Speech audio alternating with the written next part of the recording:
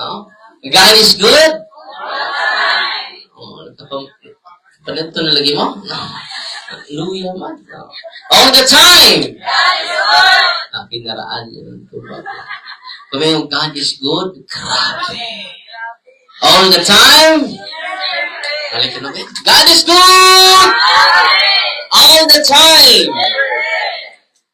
Meron akong binabasa. Galing ito kay Father Gabriel Amort. An exorcist explains the demonic. So, sino ba yan? Si Father Gabriel Amort, Chief Exorcist of Vatican. Hindi siya ordinaryo na pari. No? Siya talaga yung Chief Exorcist sa Vatican. So, ito yung isi-share ko sa inyo, yung sinasabi niya. Na ma-inspire po kayo. Okay? Ready na kayo? Totoo? Dili mo gumahay karong hapuna. Amen? Atong pakpakan ng tanan, nangyari niyo karon. Nalipay ba mo rong hapuna? Ito bukas, wala tayong open. Bakit? Dahil culmination sa Bible Month. So, alas 12, may misa ako sa cathedral. And then, after that, motorcade para sa dialogue sa pagtuo with different pastors. No? Doon sa City Square sa Tagbilaran. No? Ang misa bukas, alas 12, 12 noon. And after that, mag-motorcade kami papunta sa City Square. Merong mga dalang mga verses, Bible verses, to promote the Word of God. So, kaya close ngayon to highlight the importance of the event, which is focusing the Word of God, enthronement of the Word of God, na kailangan na ma-intro natin ang salita ng Diyos. Saan? Sa ating bahay. Saan particular sa bahay natin? Sa ating altar. Wala ka namang altar. Dapat maggawa tayo ng altar. Andun, sa ating altar, ilagay natin ang salita ng Diyos. At hindi lang natin ilagay, ating babasahin. Kaya nga, binabasa ko. Every time, before ko magsimula, babasahin ko yung salita ng Diyos. Dahil ang salita ng Diyos ay magbigay sa atin ng buhay. Magbigay sa atin ng pag-asa. Wala nang iba pa. Wala ka na ba ng presyo ng ating kaaway? Continue to contemplate and meditate the Word of God. Sabi niya, mawala yung kalangitan, pero yung salita ko ay hindi mawawala. Magunaw ang lahat. Pero, isa lang ang hindi mawawala, yung salita ko. Saan nyo linagay yung Biblia ninyo? Sa suok pa din.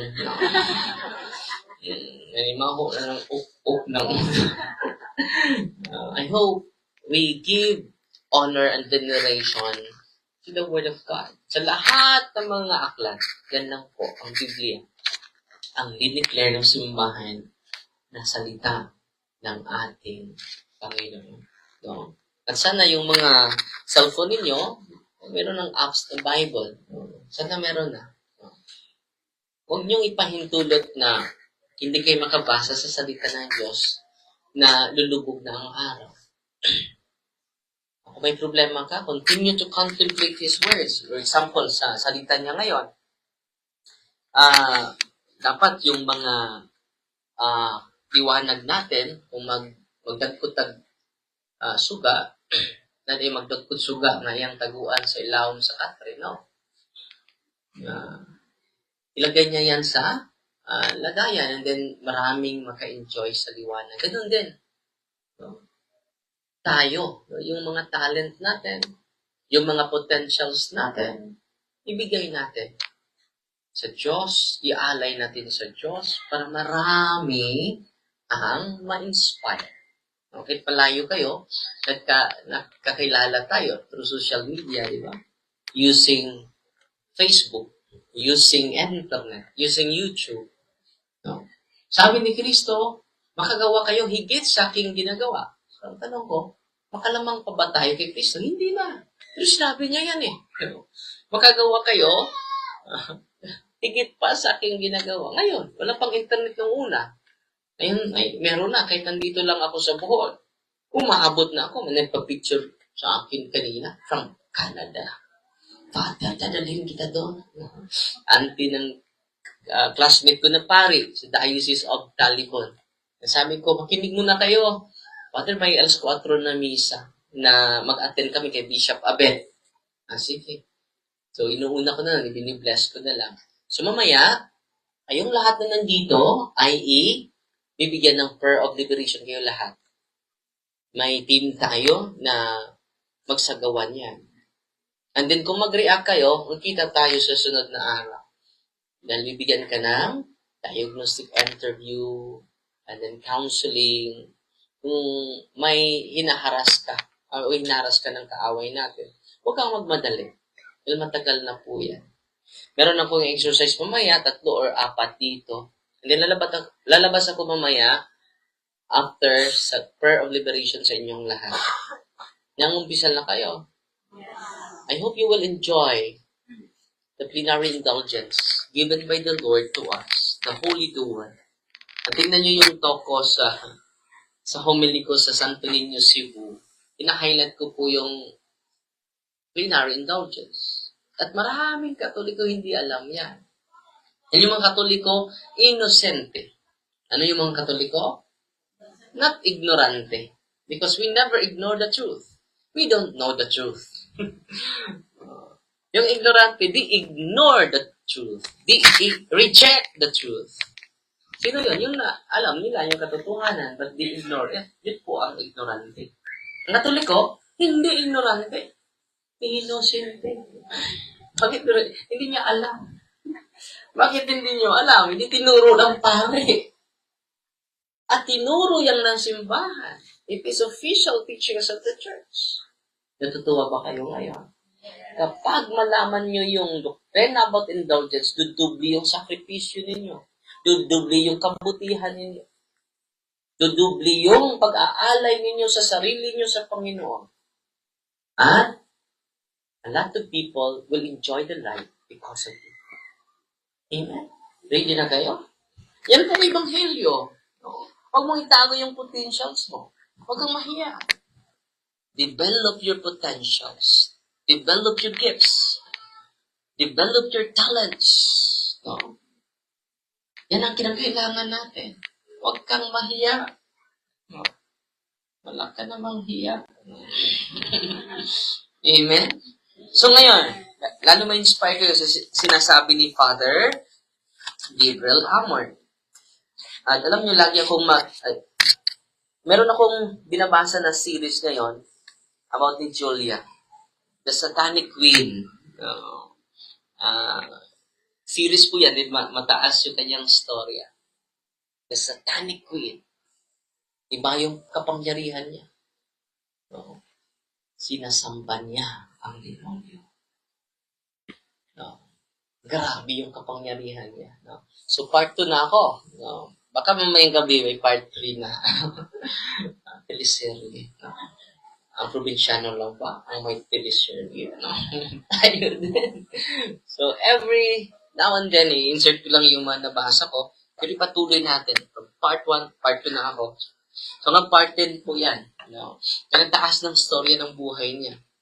Ang nagsulat niyan is si Dr. Richard Gallagher. No? I enjoy reading and I enjoy sharing what I read. Bakit? Dalawak yung kaalaman natin patungkol dito. Dahil nawala na po ito eh. Yung mga kababalaghan ay maparinggan lang natin sa mga albularyo. Yung pareo lang ginagawa. Misa lang. Yan lang, misa. Meeting.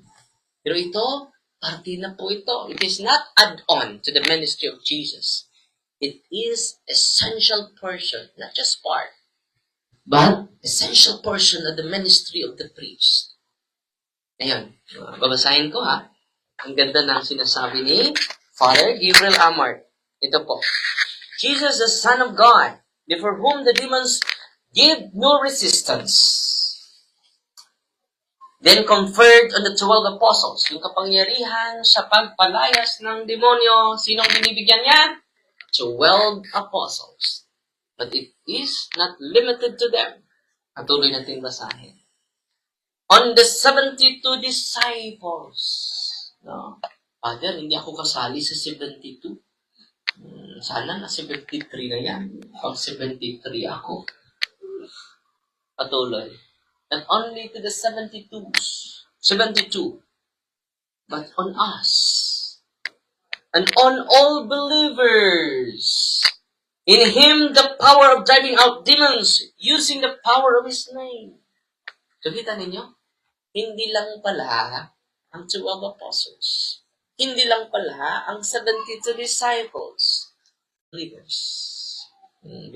Buong umaga, tinuturo namin sa inyo yung prayer o sacramentals, prayer of deliverance. Okay? Anong gawin ninyo ngayon? Sa pag-uwi ninyo, dahil you receive and you practice cares. Take note, practice cares, confession, adoration, rosary, Eucharist, the source of everything. It is Jesus, the bread of life. Hindi yan basta-basta. Kahit anong taas ng posisyon mo, kneel down before the Blessed Sacrament. We are nothing before Him. All our achievements are nothing before Him. All our good works are nothing. All our success and achievements in life are nothing. We are nothing. No. John chapter 15, 0 na, or 14, sabi niya, you are nothing without me. Semiminical potestas facere, sa Latin pa. But with me, you can do something. Anong kailangan natin? With Him, we can do something. So I hope, sa pag-uwi ninyo, lalo lang na may sakit, i-deliver nyo yung bahay ninyo. Using the prayer of the church, yung Kapader Sikiyang prayer, grabe yun. Ang daming mga testimonya na abot ko. Narinig ko galing sa mga tao na laging sumusubaybay sa atin. Natutuwa ba kayo ngayon?